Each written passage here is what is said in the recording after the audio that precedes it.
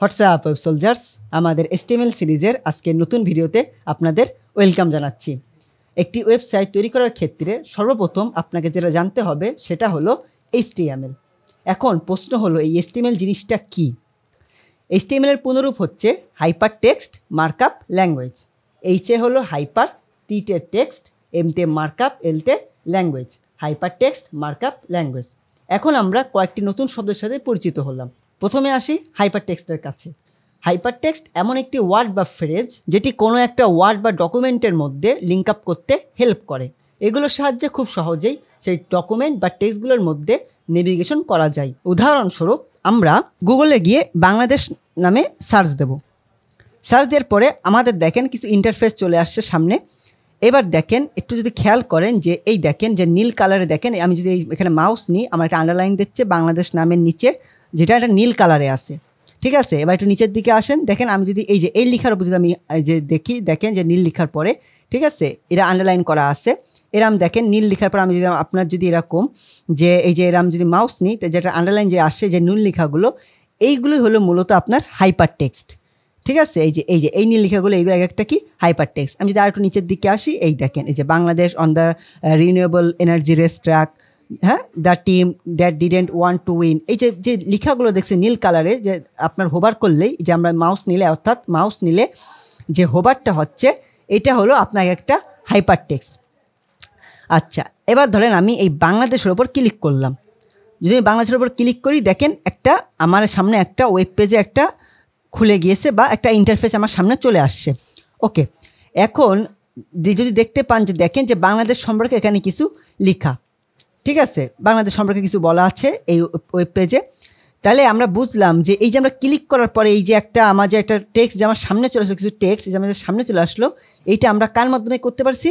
Hyper টেক্সটের মাধ্যমে করতে পারছি। ঠিক আছে, এইটাকে সেই হাইপার টেক্সট বলা হয়। এখন ধরেন যে ধরেন আপনি বাংলা সম্পর্কে খুব একটা জানেন না, তাহলে আপনি নিচের দিকে এসে দেখেন, এখানে দেখেন একটা বেঙ্গলি নামে একটা কি আছে, আপনার একটা হাইপার টেক্সট আছে। দেখেন কি করে বুঝলাম? এই যে নীল কালারের নিচে দেখেন একটা আন্ডারলাইন করা আছে। তাহলে আমি যদি এখন এই বেঙ্গলির ওপর ক্লিক করি, দেখেন আমার আরেকটা পেজ আমার সামনে খুলে গিয়েছে, তাই না? তাহলে এইটা আমি কীভাবে করলাম? এটা আমি করলাম কার মাধ্যমে? হাইপার টেক্সটের মাধ্যমে। তাহলে কি বুঝলাম আমরা? হাইপার টেক্সটটা কি? হাইপার টেক্সটটা হলো একটা ডকুমেন্ট বা টেক্সটের মধ্যে কি করে লিঙ্ক আপ করে। আর এই খুব সহজেই হাইপার টেক্সটের মধ্যেই আমরা কি করতে পারি? নেভিগেশন করতে পারি। চলুন মার্কআপ জিনিসটা কি সেটা বুঝি। মার্কআপ হলো মার্কআপ ট্যাগের সমন্বয়ে গঠিত কিছু ট্যাগ, যেগুলো আপনার হাইলাইট করে দেয় একটা ওয়েবসাইটে যে কোনগুলো হেডিং বা কোনগুলো প্যারাগ্রাফ। সেগুলো আমরা মার্কআপ এর মাধ্যমে আমরা নির্ধারণ করি। আর ল্যাঙ্গুয়েজ তো আমরা বুঝি যে এই ল্যাঙ্গুয়েজ আমাদের ওয়েব পেজ ক্রিয়েট করতে হেল্প করবে। তাহলে আমরা বুঝলাম যে HTML হলো একটি স্ট্যান্ডার্ড মার্কআপ ল্যাঙ্গুয়েজ যা একটি ওয়েব পেজ ক্রিয়েট করতে সহায়তা করে থাকে। এখন ওয়েব পেজটা কি? চলুন দেখি যে ওয়েব পেজটা কি। এই যে আমাদের সামনে যে পেজটা দেখতে পাচ্ছি, এই যে এই পেজটাকেই বলে ওয়েব পেজ। ঠিক আছে, এই যে পেজটা আপনারা দেখতে পাচ্ছেন, এই পেজটাই হলো ওয়েব পেজ। একটা পেজ হলে ওয়েব পেজ, আর যদি একের অধিক পেজ হয় তাহলে সে পেজটাকে আমরা বলবো ওয়েব পেজেস। ওকে, তাহলে আমি আশা করি যে ওয়েব পেজ জিনিসটা কি সেটা আপনারা বুঝতে পেরেছেন। এখন প্রশ্ন হলো HTMLকে কেন স্ট্যান্ডার্ড মার্কআপ ল্যাঙ্গুয়েজ বলা হয়? দেখেন, আজকে HTMLকে এই পর্যন্ত আসতে দীর্ঘ একটা পথ পাড়ি দিতে হয়েছে। HTML কিন্তু প্রথম দিকে আপনার স্ট্যান্ডার্ড ছিল না। সেই সম্পর্কে আমরা আগের ভিডিওতে একটু ছোটোখাটো একটা আলোচনা করছি, আপনি চাইলে দেখে আসতে পারেন। তো এখন কেন স্ট্যান্ডার্ড বলা হয় সেটা আমরা একটু দেখব। মূলত কয়েকটি কারণে HTMLকে স্ট্যান্ডার্ড মার্কআপ ল্যাঙ্গুয়েজ বলা হয়ে থাকে। তার মধ্যে প্রথম কারণটা হলো, আপনি যে প্ল্যাটফর্ম থেকেই একটি ওয়েব পেজে যান না কেন, সিমিলার এক্সপিরিয়েন্স আমরা গ্যাদার করব। কীরকম? ধরেন আমরা যে এখন দেখলেন যে আমরা যে বাংলাদেশে যে একটা উইকিপিডিয়া যে ওয়েব পেজে আমরা ছিলাম, আমি যে জিনিসটা দেখতে পাচ্ছি এই একই ওয়েব পেজে যদি আপনি এখন ভিজিট করেন, আপনি সেই সেম জিনিসটি আপনি দেখতে পারবেন। তাহলে এটা কি হলো? একটা সিমিলার এক্সপিরিয়েন্স আমরা উপলব্ধি করতে পারলাম, এই একটা সুবিধা। দ্বিতীয় যে কারণটি হলো, ওই একই ওয়েব পেজে আজকে যে কন্টেন্টগুলো আমরা দেখতে পাচ্ছি, যদি ওই কন্টেন্টগুলো চেঞ্জ না করা হয়, তাহলে আজকে থেকে 5 বছর পরে যদি আপনি ওই পেজে আবার যান, দেখবেন ওই একই কন্টেন্টই রয়েছে। তার মানে কি? HTML হলো সময়ের সাথে একটা আপনার অ্যাক্সেসেবল একটা, হ্যাঁ, সময়ের সাথে সে অ্যাক্সেস করতে পারে, সময়ের সাথে যা প্রযুক্তি তাল মিলিয়ে চলতে পারে। তৃতীয় কারণটি হলো সাধারণ ইউজারদের মতো একটি ওয়েব পেজ প্রতিবন্ধী ইউজারদের কাছেও ব্যবহারযোগ্য।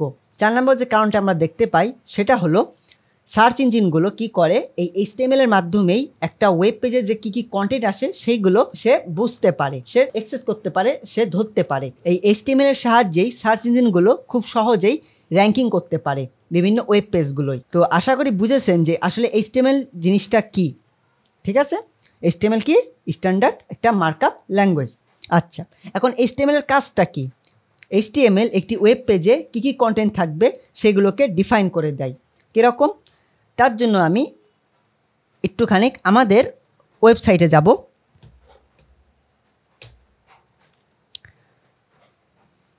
দেখেন এই যে একটা ওয়েব পেজ আমাদের সামনে খুলে গিয়েছে। ঠিক আছে, এটা হলো হোম পেজ।